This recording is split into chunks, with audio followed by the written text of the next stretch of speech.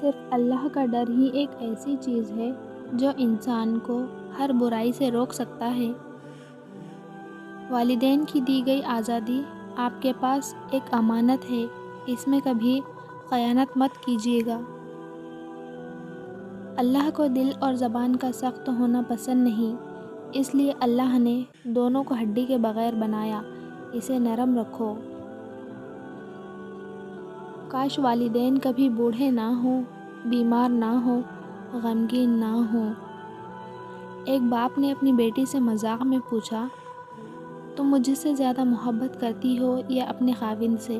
بیٹی نے جواب دیا، مجھے یہ تو نہیں پتہ ابو، پر جب میں آپ کو دیکھتی ہوں تو اپنے خاوند کو بھول جاتی ہوں، اور جب اپنے خاوند کو دیکھتی ہوں تو پھر بھی آپ کو یاد رکھتی ہوں۔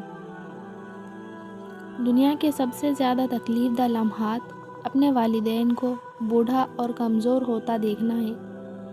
باپ اپنے ہاتھ میں جلتے ہوئے انگارے تو دیکھ سکتا ہے، لیکن بیٹی کی آنکھ میں آنسو نہیں دیکھ سکتا۔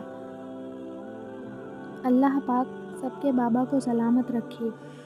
بیٹے اکثر باپ کی زمین بانٹ لیتے ہیں اور بیٹیاں باپ کا دکھ بانٹتی ہیں۔ جو لڑکی مائکا بساتی ہے وہ کبھی سسرال نہیں بسا سکتی۔ جس گھر میں شادی شدہ بیٹی کا راج ہوا ہے، اس گھر میں کبھی بہو کا گھر نہیں بس سکتا۔ کہتے ہیں کوئی ساس ماں نہیں بنتی، کیسے بنے؟ بہو بھی تو بیٹی نہیں بنتی۔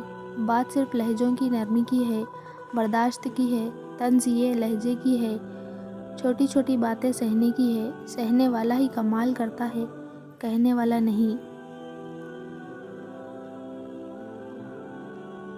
یا اللہ میرے والدین کو بڑھاپے میں اپنے سوا ہر کسی کی محتاجگی سے پاک رکھ اور ہمیشہ ان کی جان مال عزت و آبرو کی حفاظت فرما، آمین۔ والدین کی جوتیاں سیدھی کرنے سے مقدر بھی سیدھے ہو جاتے ہیں۔ ماں باپ کے ساتھ تمہارا سلوک ایسی کہانی ہے جو لکھتے تم ہو لیکن تمہاری اولاد تمہیں پڑھ کر سناتی ہے۔